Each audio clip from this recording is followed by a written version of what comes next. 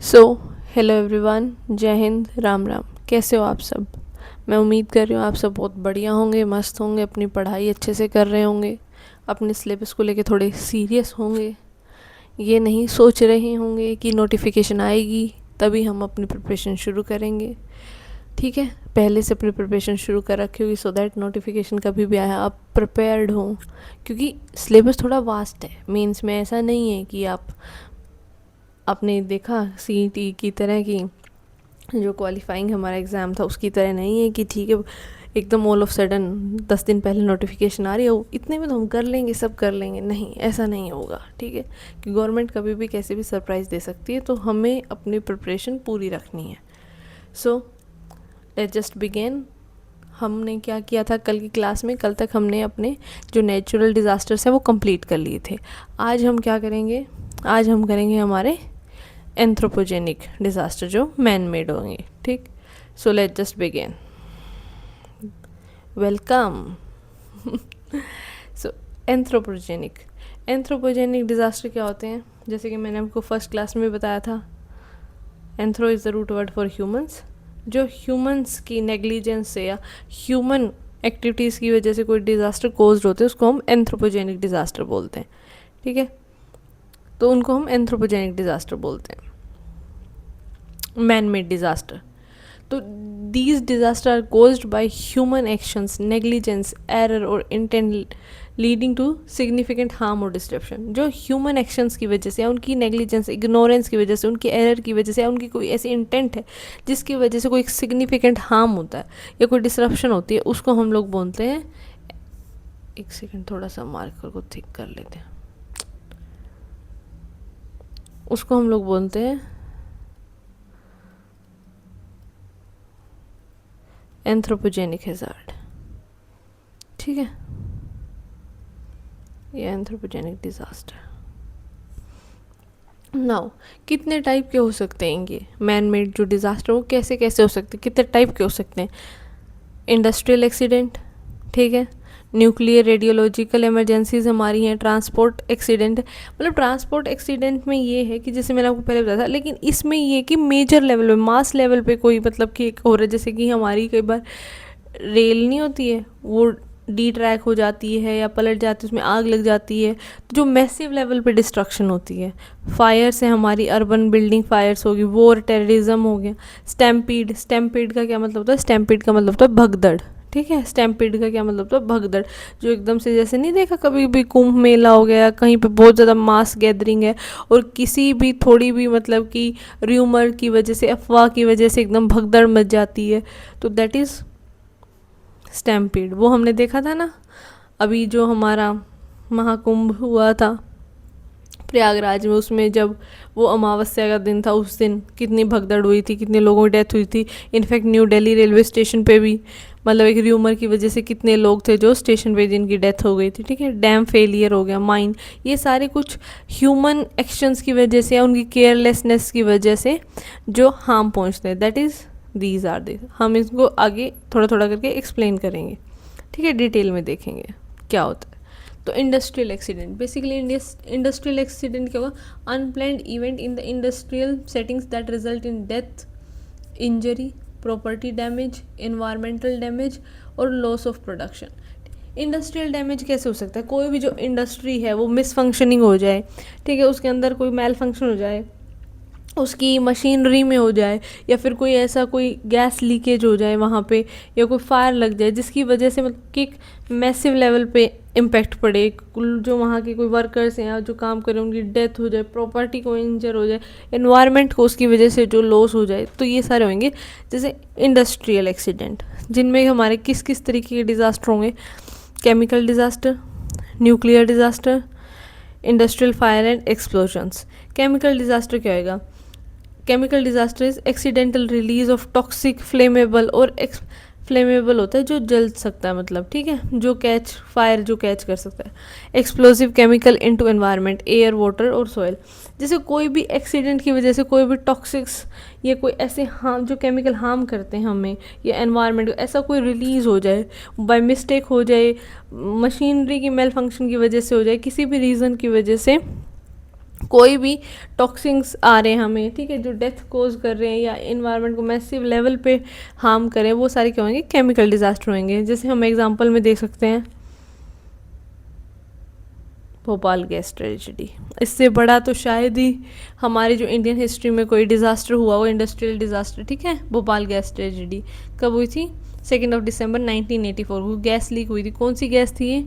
Methyl isocyanate थी, MIC gas, from the union carbide India limited pesticide plant था भोपाल के अंदर। उस उधर से जो है ये हमारी गैस लीक हुई थी, जिसकी वजह से मैसिव इम्पैक्ट हुआ था। बहुत सारे लोगों को थ्रोट चोक हो गए थे ना, ब्रीदिंग इश्यूज आने लग गए थे, तो ये सारी चीज़ें, और काफ़ी सारी डेथ हुई थी, ठीक। और ये क्या होता है, ये सिर्फ ये नहीं होता, इसका एक इम्पैक्ट और बुरा होता है। ये एट द टाइम तो हुआ ही हुआ, उसके बाद भी काफ़ी लंबे टाइम तक ये जनरेशन्स पे अपना इम्पैक्ट डालता है। ये देखो तो आप कितना बड़ा डिज़ास्टर, एक डिज़ास्टर ऐसा होता है, सपोज एक फायर लग गई कहीं पे, तो क्या होएगा कि उस टाइम पे जो लोग थे उन्होंने सफ़र किया। लेकिन ये क्या, ये तो जनरेशन्स में ही कितना ज़्यादा, मतलब कि जनरेशन्स में ही जो लोगों में डिजीज़ के साथ बोर्न होते हैं, ठीक है। तो ये चीज़ तो जनरेशनल पास ऑन होगी, तो ये कितना ज़्यादा ख़राब डिज़ास्टर हो गया, मतलब कि कितना ज़्यादा इम्पैक्टफुल होगी ये चीज़ें, ठीक। एक वाइजैग, मतलब विशाखापट्टनम वाइजैग में गैस लीक हुई थी, तो ये सारे केमिकल डिज़ास्टर में जो गैस लीकेज वगैरह हमारी होगी। न्यूक्लियर डिज़ास्टर कैसे होंगे? An event at a nuclear facilities like a power plant that leads to release of radioactive materials in to environment posing radiation और हार्ट। तो न्यूक्लियर जैसे एटॉमिक बॉम्ब्स वगैरह हमारे हो गए, या कोई भी ऐसे रेडियो एक्टिव मटीरियल जो हमारे इन्वायरमेंट को मतलब कि इंटरेक्ट में आ रहे हैं, जो रेडिएशंस हैं जो हमारे लिए या एनवायरनमेंट के लिए ख़राब है, दैट इज़ न्यूक्लियर डिज़ास्टर। जैसे चेरनोबिल डिज़ास्टर हुआ था, ये हमारे यूक्रेन के अंदर चेरनोबिल डिज़ास्टर, ये भी एक one of the worst disaster माना जाता है, ठीक है, चेरनोबिल डिज़ास्टर। उसके बाद में इंडस्ट्रियल फायर होगी, एक्सप्लोजन्स हो गए, अनकंट्रोल्ड फायर और explosion at the facilities like oil refinery है, डिपोज हैं, केमिकल प्लांट्स हैं। इधर क्या होगा, कई बार क्या होता है शॉर्ट सर्किट की वजह से भी, या फिर गैस लीकेज की वजह से, किसी एक्सप्लोजन की वजह से, या ह्यूमन जैसे उनकी, जैसे हमने अभी पढ़ा था, ह्यूमन की नेग्लिजेंस की वजह से ऑयल है वहाँ पे कोई ऐसी उन्होंने मतलब गैस लाइट कर दी जिसकी वजह से उसने कैच कर ली ऑयल वगैरह। तो ऑयल तो है ही अगर ससेप्टेबल आग कैच करने के, तो अगर यहाँ पे मतलब मैसिव एक्सप्लोजन हो सकता है, ठीक है। इसका एग्जांपल है जयपुर ऑयल डिपो, जहाँ पे मैसिव फायर जो है ऑब्जर्व हुई थी। तो ये सारी चीज़ क्या है, ये एक डिज़ास्टर है जो कोज्ड बाय, हाँ ये मतलब कुछ चीज़ें इसमें नेचुरल भी हो सकती है, लेकिन मेनली जो ये है, ये क्या है, ह्यूमन एसोसिएटेड डिज़ास्टर्स हैं हमारे, ठीक है। जैसे कई बार क्या होता है कि अर्थक्वेक की शेकिंग की वजह से भी हो सकता है, फ्रिक्शन क्रिएट होगी, उस वजह से डिसरप्ट होगी, ठीक, उसकी वजह से जैसे बिल्डिंग डिसरप्ट होगी, शॉर्ट सर्किट होगी, फायर कोज होगी। लेकिन मेनली हम इनको जो भी है हमारी इंडस्ट्रियल मेल फंक्शनिंग वगैरह होती है, इनको हम लोग ह्यूमन मैन मेड डिज़ास्टर के अंदर कंसिडर करते हैं, ठीक है। न्यूक्लियर एंड रेडियोलॉजिकल इमरजेंसी, ये क्या होंगी? Event involving the release of radioactive material into the environment. जब रेडियो एक्टिव मटीरियल है वो एनवायरनमेंट के अंदर रिलीज हो जाएंगे, जो थ्रेट टू ह्यूमन हेल्थ, जो ह्यूमन हेल्थ को एक थ्रेट है, या इकोसिस्टम, पूरे इकोसिस्टम को थ्रेट है, that is nuclear radiological emergencies हमारी।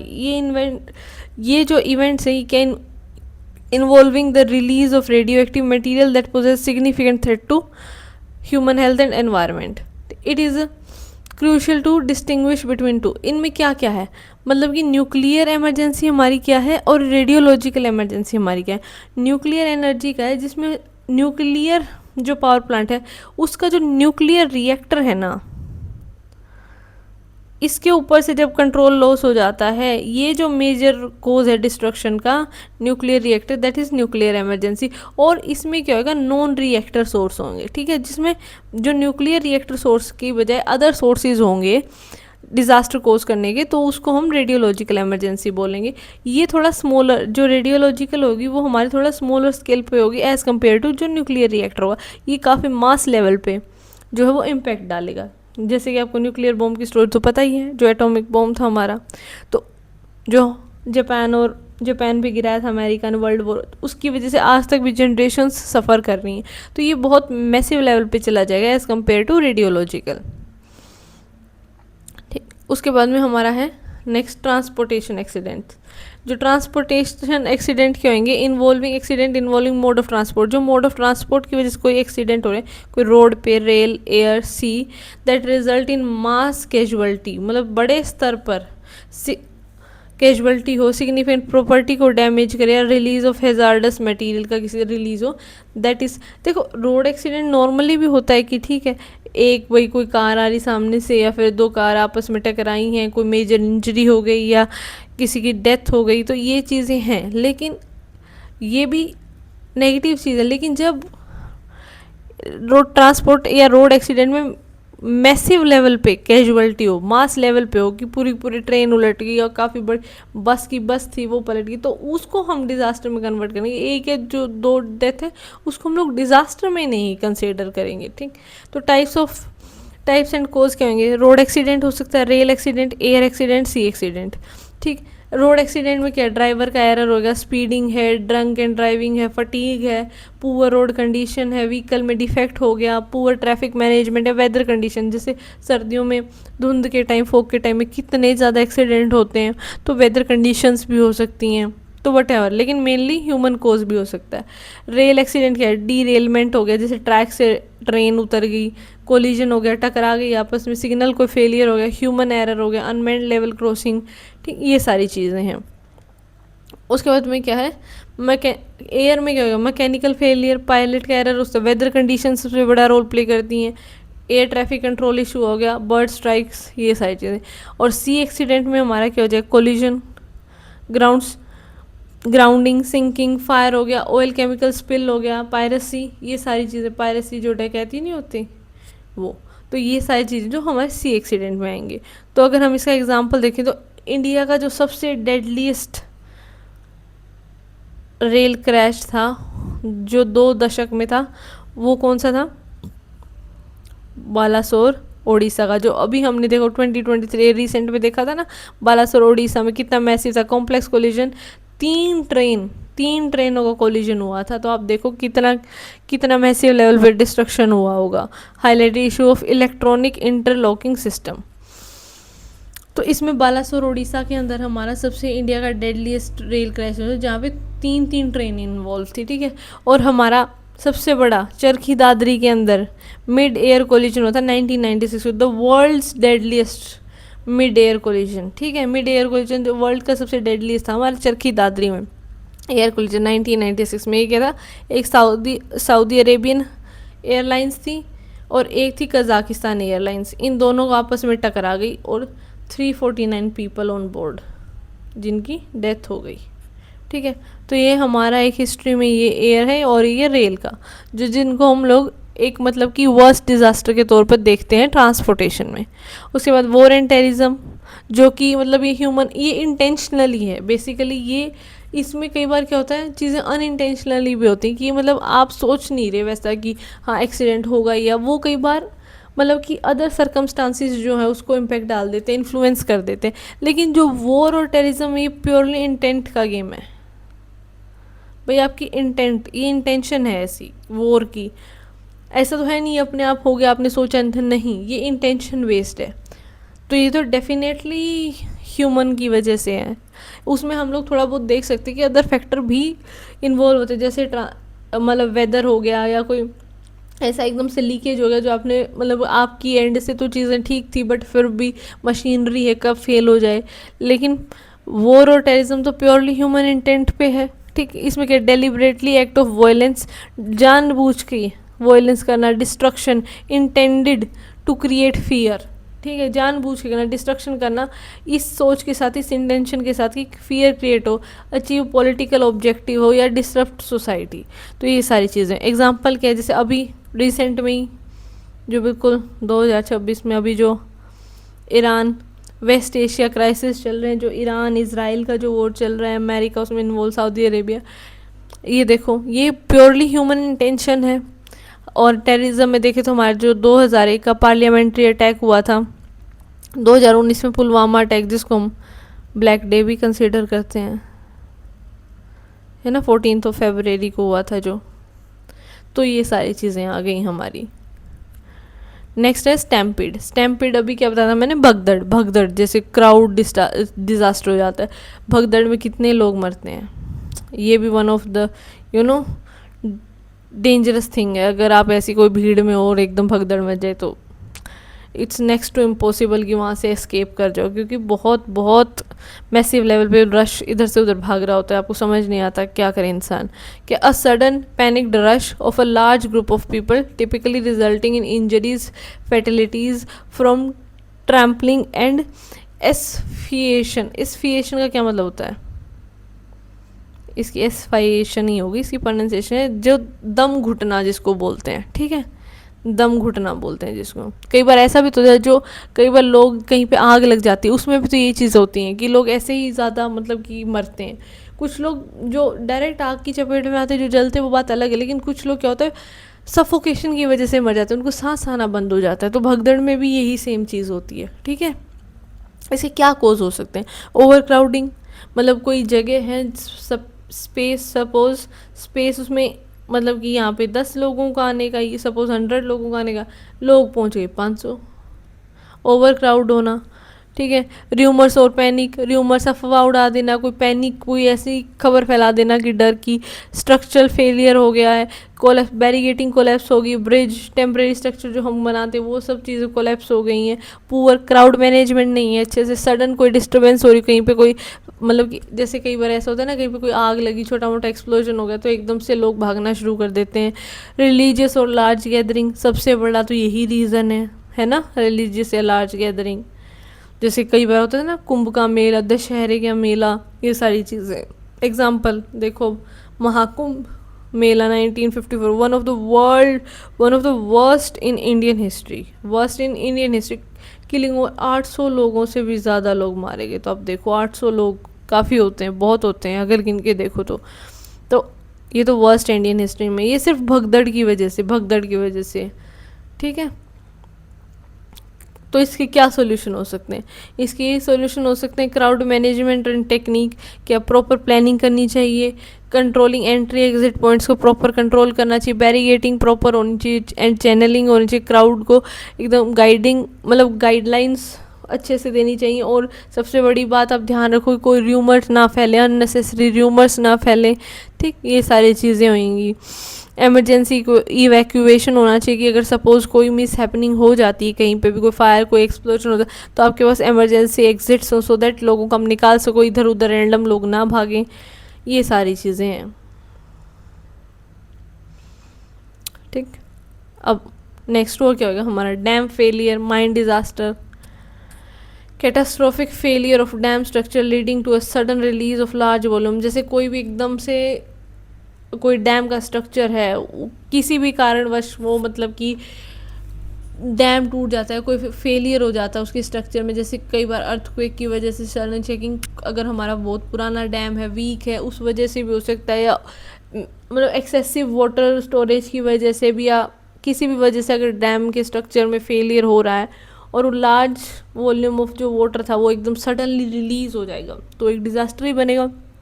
कितनी मैसिव फ्लड आ जाएगी, जैसे अब हमारा भाखड़ा नंगल डैम है, कितना पानी स्टोर करके बैठा है, खुदा ना खास्ता अगर वो हल्का सा ब्रेक हो जाए, टूट जाए, तो आप देखो पूरा पंजाब और हरियाणा को वो डुबाने का पोटेंशियल रखता है। क्योंकि पूरा हरियाणा का जो हमारा, जो आप देखते हैं तो भाखड़ा नंगल से ही आ रहा है पानी, भाखड़ा नंगल जो हमारा कैनाल सिस्टम है, तो उधर से आ रहा है, तो सपोज तो कितना पोटेंशियल रखता है।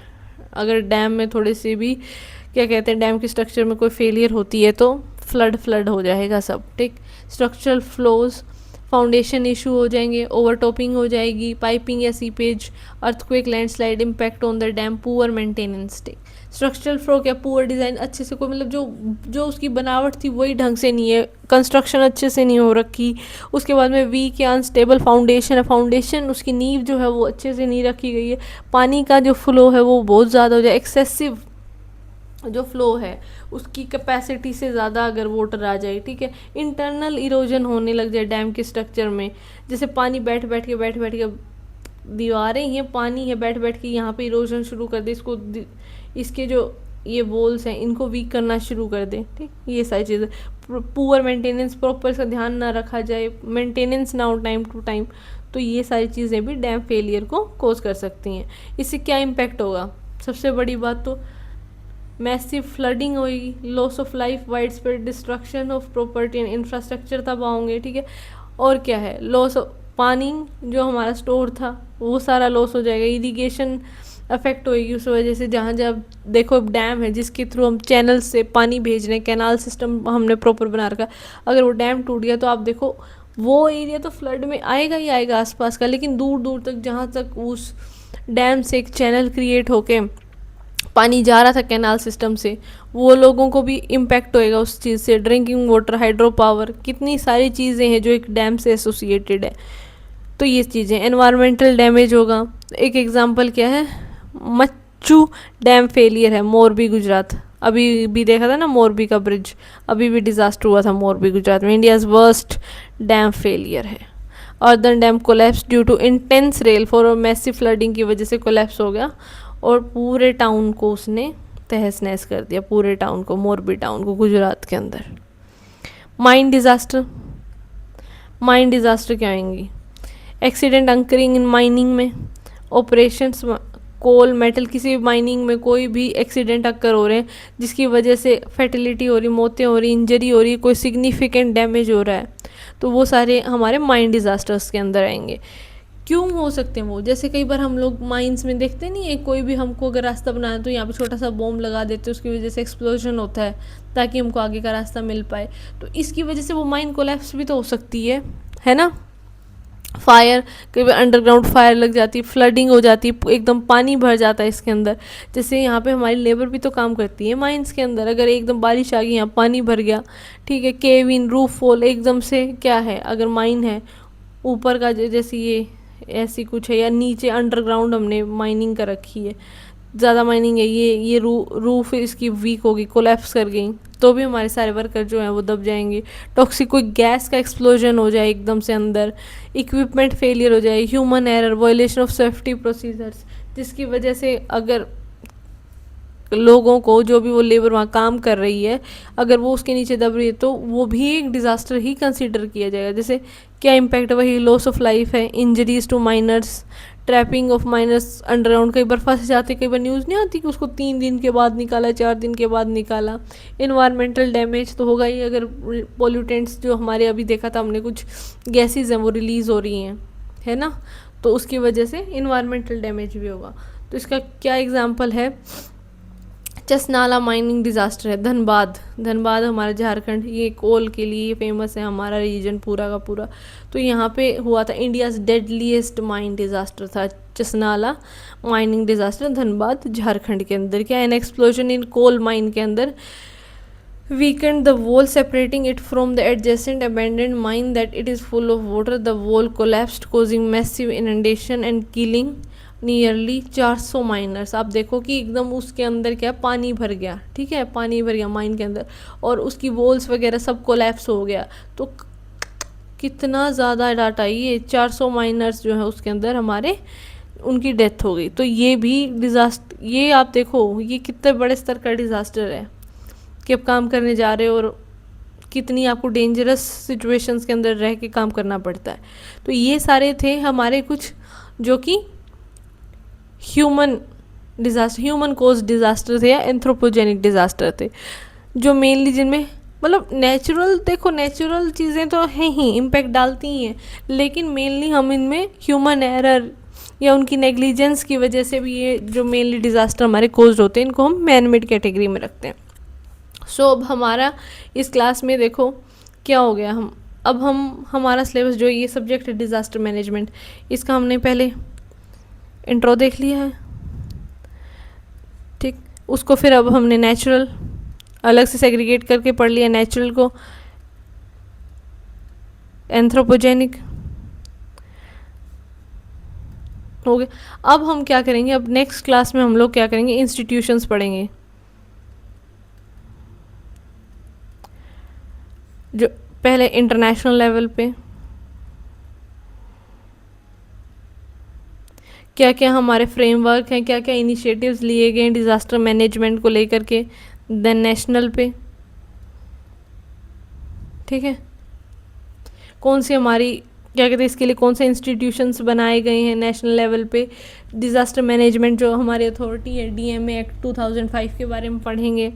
उसके बाद में स्टेट लेवल पे क्या है और डिस्ट्रिक्ट लेवल पे क्या है, ये सारी चीज़ें पढ़ेंगे हम लोग नेक्स्ट क्लास में। जितने भी इंस्टीट्यूशंस हैं जो डिज़ास्टर मैनेजमेंट से रिलेटेड वर्क करते हैं, डिज़ास्टर को कंट्रोल करने के लिए, मैनेज करने के लिए जितने इनिशिएटिव्स लिए गए हैं, जितने भी इंस्टीट्यूशंस हैं, वो सारे हम अब नेक्स्ट क्लास में करेंगे। होपफुली एक क्लास में ही सारे हो जाएंगे। देन उसके बाद हम लोग नेक्स्ट सब्जेक्ट पे स्विच कर जाएंगे। और अगर आपको, आप प्लीज़ मेरे को इससे रिलेटेड एक सजेशन देना कि जैसे अब हमारे टॉपिक कंप्लीट हो गया, इसके बाद इसकी क्वेश्चंस अभी से शुरू कर दें या पहले हम सारा जितना भी सिलेबस है वो कवर करें, उसके बाद हम लोग क्वेश्चन प्रैक्टिस की क्लासेस अलग से करें। तो आप ये मेरे को एक बार कमेंट सेक्शन में बता सकते हो कि इसके तुरंत बाद इसके क्वेश्चंस करने हैं या हम लोग नेक्स्ट जो हमारा सब्जेक्ट है उस पर स्विच कर जाएं। ये क्वेश्चन जब हमारा जैसे सिलेबस कंप्लीट होता दिखेगा, साथ ही साथ फिर क्वेश्चन प्रैक्टिस शुरू हो जाएगी। तो ये चीज़ आप मेरे को बताना। और जिसकी भी पीछे वाली क्लासेस नहीं कंप्लीट हुई हैं, आप कर लो एक, मतलब कि सिंक में करोगे तो अच्छा सा होएगा, आपको भी समझ में आएगा कि मेरा कितना सिलेबस हो गया है, क्या क्या चीज़ें मेरी कंप्लीट होगी, क्या मेरे को करना है, तो एक आइडिया रहेगा आपको भी। अगर आप ऐसे रूट मतलब कि लाइन वाइज चीज़ें करोगे, तो अगर रैंडम उठाओगे तो उसमें आपका टाइम भी ज़्यादा लगेगा और उसकी एफिशिएंसी भी इतनी ज़्यादा नहीं होगी, उसका आउटपुट भी इतना ज़्यादा नहीं आ पाएगा अगर आप रैंडम स्टफ़ पढ़ोगे। और अगर आप एक सीक्वेंस में पढ़ोगे, अपने सिलेबस को सामने रख के एक सीक्वेंस में चीज़ें कवर करोगे, तो वो इफ़ेक्टिव भी होंगी, टाइम भी आपका जैसे कंपैरेटिवली कम लगेगा, आपको पता होगा, आपका आइडिया रहेगा कि क्या चीज़ें हो गई, क्या करनी है। तो थोड़ा सा थॉटफुल हो, थोड़ा सा देख के एक प्लान तरीके से आप पढ़ो, सो दैट आपका टाइम जो है वो जो आप यूटिलाइज़ कर रहे हो उसका कोई बढ़िया आउटकम निकल के आए, ठीक है। सो मिलते हैं नेक्स्ट क्लास में। थैंक यू, जय हिंद। और जो भी आप बताना मेरे को क्वेश्चंस का कैसे करना है, ठीक है। And if you enjoying the class, so please like and subscribe to my channel अगर आप इससे जुड़ना चाहते हो, अगर आप अपनी फर्दर स्टडीज़ मेरे साथ करना चाहते हो तो। Okay, thank you, bye bye.